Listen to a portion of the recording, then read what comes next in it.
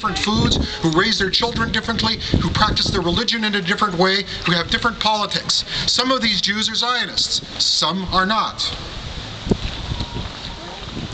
But anti-Semitism is often equated with anti-Zionism. That is, they accuse us of anti-Semitism, of being Jew haters, because we oppose the Israeli actions, the actions that flow from Zionism, from the Zionist movement.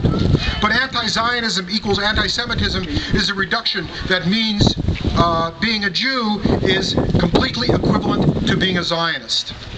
And that is what stops the debate. And we get it all the time, even by people sometimes who are not terribly strong supporters of Israel. They'll come up to Jews and non-Jews alike, people will come up to me and they'll say, how can you, a Jew, oppose what the Israelis are doing? Aren't these your people? Isn't that your community and your culture? Well, we have to be prepared to argue about that. We have to be able to understand what it means to be Jewish. Because when we understand that, then the opposition, then the accusation of anti-Semitism is not going to stick very well, and it's not going to stifle debate. So what I want you to do is that what we're doing here today in opposition to what Israel is doing is most clearly not anti-Semitism. And we should never accept that view, not even for a moment. To be a Jew is not to be a member, as I said, of an ethnic group, a group who speaks the same language and that sort of thing. Being a Jew means a different thing to different Jews. So, for example, there's Jews who think of themselves as Jewish because of a cultural identification, and that's especially true for North American Jews. We identify with the culture that was brought over from Central and Eastern Europe by our grandparents or great-grandparents.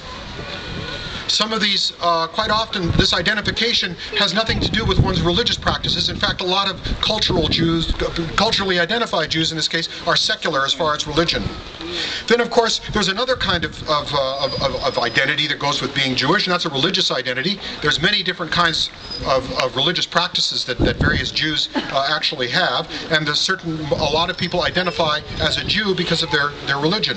There's also an identification that's especially strong in Israel. People identify with being Jewish in Israel with supporting the Israeli state. They don't want to make a differentiation between being Jewish and being Israeli. But of course that isn't something that is really an issue for us here in this part of the world. And indeed, even in Israel, there are a lot of Jews who are opposed, Israeli Jews who are opposed to the actions of the Israeli state. And those people are still Jewish in any sense of the word. So in a way there's something slightly anti-Semitic about the equation of Judaism with Zionism. And it's not merely rhetorical to turn that accusation around. If they're going to reduce our Judaism if they're going to really reduce Judaism to Zionism, then it's reducing us down and making us something much smaller than what we really are. Now, what I want to claim is that within Jewish culture there is a strand that is in fact opposed to what Israel is doing right now. And that there are many Jews who are ashamed as Jews at what Israel is doing to the Palestinian people. So, let no one accuse me or others of being anti-Semitic. In fact, to me, being a Jew makes it imperative to be an anti-Zionist. This strand in Judaism, and it also appears in other religions like Christianity and Islam, this is a strand that produced Spinoza and Marx and Freud and Einstein. And this strand comes from three parts, three things. The first is that you shouldn't kill people. And a more refined version of that is you shouldn't do anything to someone that you wouldn't have done to yourself. And that is not limited to people in your own ethnic group. You can't do that to anybody. No human should be treated in a way which you yourself would not want to be treated. Another strand in my Jewish identity is to identify with a stranger, with the poor and the weak and the helpless. And that it is out of that strand that comes the fact that so many Jews over in the last 100 years have identified themselves with socialist and anarchist movements. And finally, there is a strand in Judaism which says don't make idols. What an idol is, it's a little talking god whose voice is that of a king or a priest, an oligarch or a general, who makes God protect their power and bless their war machine and justify their land grabbing. That is what idolatry is about. And to be a Jew means to be opposed to that kind of idolatry. So we must all challenge anyone who accuses us of being anti-Semitic. And because what that imperative imposes on us it makes us oppose what Israel is doing. And it makes us